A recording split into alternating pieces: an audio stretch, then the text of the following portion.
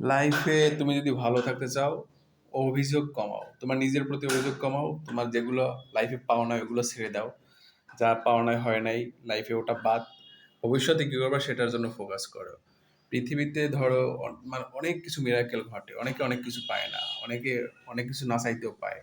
এখন ধরো তোমার একটা গার্লফ্রেন্ড ছিল, সেটা চলে গেছে, তার মানে তুমি কি আজীবন সিঙ্গেল থাকবে? অবশ্যই না।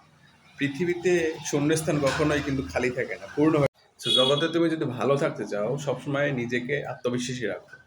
আর মনে করবা যে দুনিয়ায় এটাই যেটা ঘটে গেছে সেটাই শেষ না।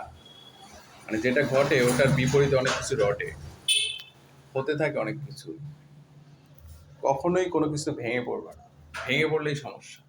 লাইফে আপস অ্যান্ড ডাউনস থাকবে, মানুষ যাবে মানুষ আসবে, দুঃখ যাবে দুঃখ আসবে, তেমনি ভালোবাসা যাবে ভালোবাসা আসবে।